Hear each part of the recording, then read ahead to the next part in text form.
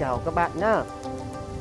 Hôm nay mình sẽ review hay là đi quay cảnh tháp Bảy Tần ở tỉnh Bắc Hà cho các bạn xem nhá.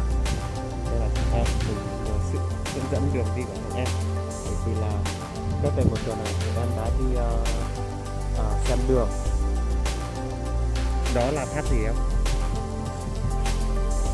Tháp đấy thì cũng chả biết tên gì, nó có nhiều tên. Có người gọi là tháp Ái Quốc, có người gọi là tháp Bảy Tần, chưa biết tên rõ của nó. Rồi, nếu mà muốn biết thì hãy theo chân của anh em mình nhá. Đó, thì đang đến dọc đường đây thì ở dưới này là các bạn này. Ở dưới này á, ở dưới sâu sâu này rất chi là đẹp, toàn là ruộng bậc thang này. Đấy. Bên xa xa kia là núi đá, rất chi là đẹp. Hy vọng là các bạn đến đây là sẽ tạo được một niềm vui cho các bạn. Xin lỗi các bạn nhá, bởi vì mình đeo khẩu trang. Mùa này là nghe nói là chị đại Covid đang về. Cho là mình phải đeo khẩu trang mỗi khi đi ra ngoài. Mà các bạn cũng hãy nhớ đó, phải đeo khẩu trang trước khi đi ra ngoài, đi xa hay là đi làm bất cứ điều gì nhá. Bây giờ mình sẽ bắt đầu đi đây.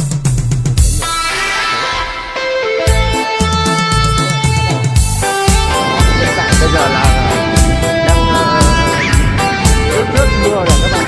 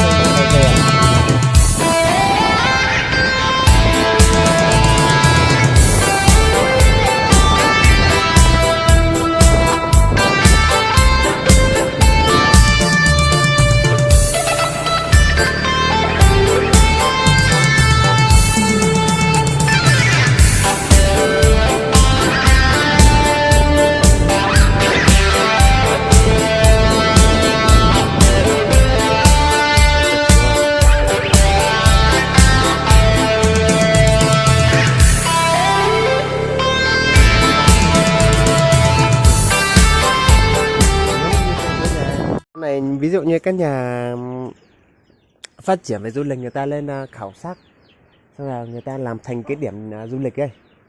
Thế là mình ở đây mình bán quán là cũng được.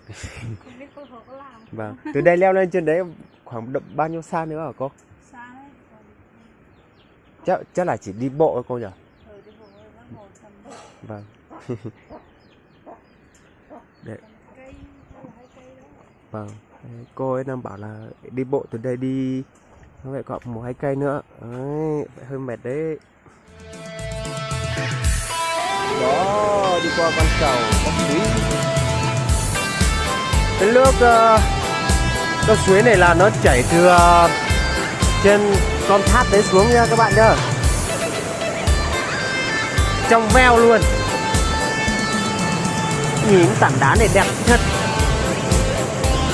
Mà có em nào xinh xinh ngồi đây rửa bát đùi đây thì thôi rồi.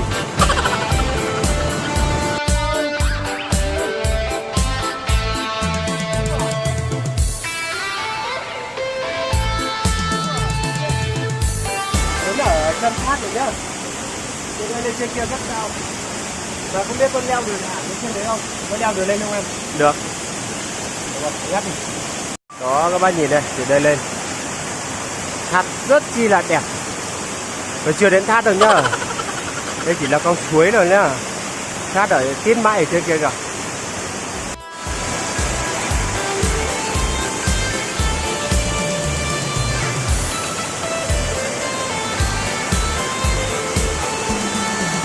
Đó, đường đi rất khó khăn luôn đến đây.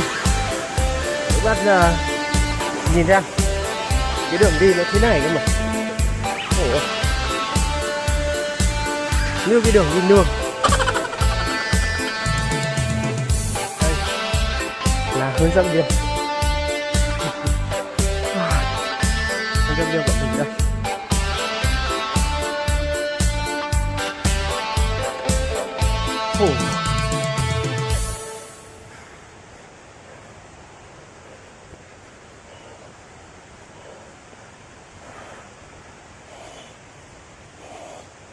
Ôi, mệt quá các bác ơi. Phải đi qua đây.